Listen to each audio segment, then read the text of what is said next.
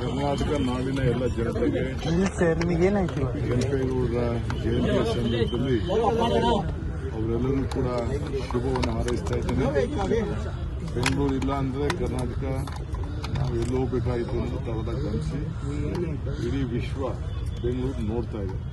ಕೆಂಪೇಗೌಡರ ಆದರ್ಶ ಇವತ್ತು ಮಾನವನ ತತ್ವದಲ್ಲಿ ಅವರು ಬೆಂಗಳೂರನ್ನು ಬೆಳೆಸಿದ್ದಾರೆ. ಅದನ್ನು ನಾವು ನೀವೆಲ್ಲ ಸೇರಿ ನಾಗರಿಕರು ಒಟ್ಟಾಗಿ ಅದನ್ನು ಉಳಿಸ್ಕೊಂಡು ಕಾಪಾಡಿಕೊಂಡು ಹಸಿರನ್ನು ಬೆಳೆಸಿ ಮತ್ತೆ ಇದನ್ನು ಗಾರ್ಡನ್ ಸಿಟಿಯಾಗಿ ಪರಿವರ್ತನೆ ಮಾಡಲಿಕ್ಕೆ ಈಗಾಗಲೇ ನಾವು 15 ಲಕ್ಷ ಸಸಿಯನ್ನು ಬೆಂಗಳೂರು ನಗರದಲ್ಲಿ ಬೆಳೆಸ್ತಾ ಇದ್ದೇವೆ.